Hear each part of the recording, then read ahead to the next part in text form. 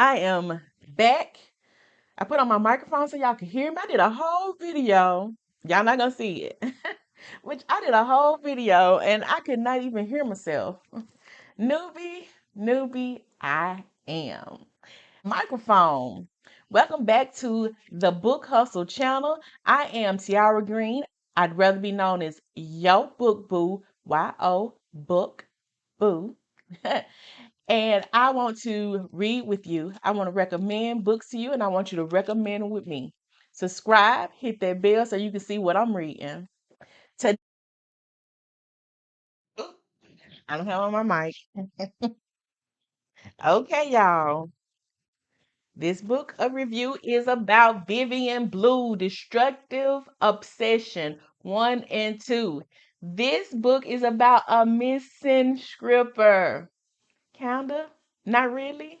It's one of those sneaky things where you think it's about one thing, but it's completely it'll kind of throw you left field. Okay, so this book is about a private detective looking for a missing scripper. The private detective name is Dickie. Y'all can take this name so many ways because y'all know what they call a private detective, Private Dick. Dickie is not a private dick. He is for the streets. Y'all gotta read it to understand what I'm talking about. Um, Dickie is crazy. He is dysfunctional. He he has PSD. He is all over the place, but he good at his job. Good at his job. Um, the sister is looking for her sister. The police department is not giving any type of help. So she hires a private detective. She first goes to Jason, who is the owner of the private detective agency, and he gives the job to Dickie. Well, this is where it goes good and bad. The sister goes to Dickie's house to introduce herself to be like, okay, if you're gonna be on my sister's case, I want to work closely with you because I want to know what's going on. Dickie don't like guests. He don't like people knocking on his door. First thing you do when you knock on his door, he grabs his gun. He may or may not have on clothes. This book, Dickie is a fool. I like both these books, and I'm going to talk about these books as one, only because I mean I can separate them. I'll try to keep them separated, and I'll tell y'all when I start talking about book two. Okay, so first I'm talking about book one. The scribble goes missing. Now, at first, I thought it was going to be a mystery of who did it. It's not. It tells you up front, up front who has her, why he has her. You get a little background in the beginning, but you throughout the book you read and you get snippets of why the kidnapper is obsessed with not only the stripper sister, but older sister who is a nurse.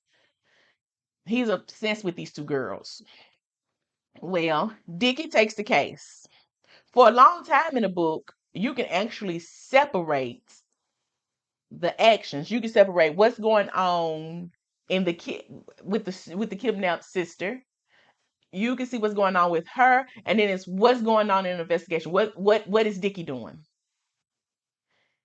Like I said, it's like two different books in in book one.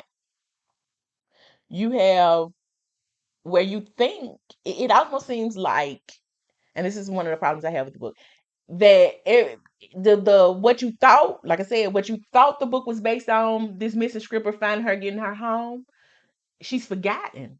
Like you don't even hear anything about it. You just hear about what Dickie is doing, the ins and outs, what he doing, what he's doing with his sister, this and that. You don't really hear about. You get snippets. Oh, he at the club asking some questions. He interviewing this and that person. But the bigger story is the sister. older sister that's looking for her younger sister, and Dickie. This book that was originally about a kidnapped stripper, man, it morphs into a love story. I didn't see it coming when I first started reading the book. I didn't. I just did not see it coming. But that's what it's like. But it angers me because you forget you don't hear about the stripper for a while. You hear about the relationship of the sister and Dickie. So you get that. Yes, you do get little snippets, like I said, about the stripper, where she's at, what's going on.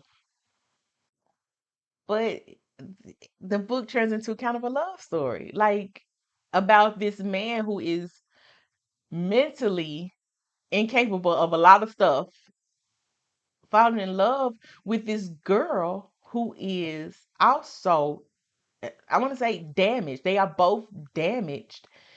And these two people find each other in the most unrealistic circumstances, and they fall in love. Two people that never thought they would find love because of them being damaged fall in love. Well, in many ways, and I'm trying not to give anything away with this book because it's a good book that you should really, really read. In many ways, in many ways it shouldn't happen. This love shouldn't happen. Jason the owner says, Dickie, don't do it. You hurt women. You leave a trail of women behind. And the sister is dealing with some other stuff of her own. But they do. They fall in love and they kind of, I want to say fix, they kind of start helping mend each other. And it's wonderful. That's book one. The book one is all about the process of Big Sister. I'm bad with names, y'all, and I need to start writing down names when I'm doing reviews so I can tell y'all names. But older sister is going through her thing, and she's the trying to find her sister, but at the same time she's falling in love. That's book one. Is the whole process of getting started with their love story and introducing the kidnapping, the original story, the plot. So book two goes more into the plot of the kidnapping and finding the sister and getting the sister back. I don't like to be a spoiler, so I'm not gonna spoil it for you guys. I gave these two books a 3. I know what y'all saying. Daggum. I like this book. I will recommend this book. If y'all come back at me and be like, oh, this book should have been a 5. Why did you give it? Come on, let's talk. I will let y'all know why. And I don't have a problem with talking about it. I gave it a honestly, book one could have been a 4 for me, but I'm putting them together. With book one, it was oh so interesting. Everything was happening and we had a couple of things going on and I was just like juggling these storylines and getting comfortable with everything. So it really could have been a 4 because I am wild. This is my first Vivian Blue book and I was wowed by this book. It made me feel like I was a fly on the wall and I was within the midst of this story. Book two, kind of, and I don't even know the you can see me drifting off in my eyes. That's me going back into the book. I don't even know how long the book was. To me, it seems like book two was a little shorter. Um, I wanted more. But all books that I love, I want more of the book. You see a couple of mistakes in the book. Not enough to make you be like, ew, I don't want to read this book. Just enough that you notice and be like, oh, okay, whatever. But to me, book two is kind of rushed. And I wanted only because I guess I wanted to ease into the book, ease into the whole everything that they're doing. But it is a wonderful book. It's a good book. I am definitely following Miss Vivian Green with her writings and her books. I do recommend her. Like I said, if you want to talk about it, get at me. I am yo book boo. Yo. Book boo. This is the book hustle. If y'all want to get in contact with me, yo book boo on Instagram and Facebook at a at gmail.com to that Yo Book Boo, and you can email me. I will see y'all again. Remember, I told y'all in my last video what I'm reading in July. I am reading. Let me give a notebook. Wrong notebook. I am reading.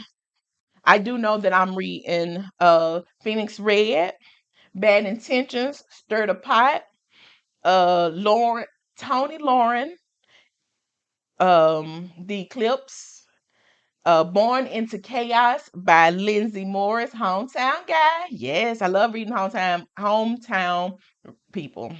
A.S. Wilson, Free to Love You, and The Powerful Love. I am signing out. Y'all subscribe. Y'all talk to me.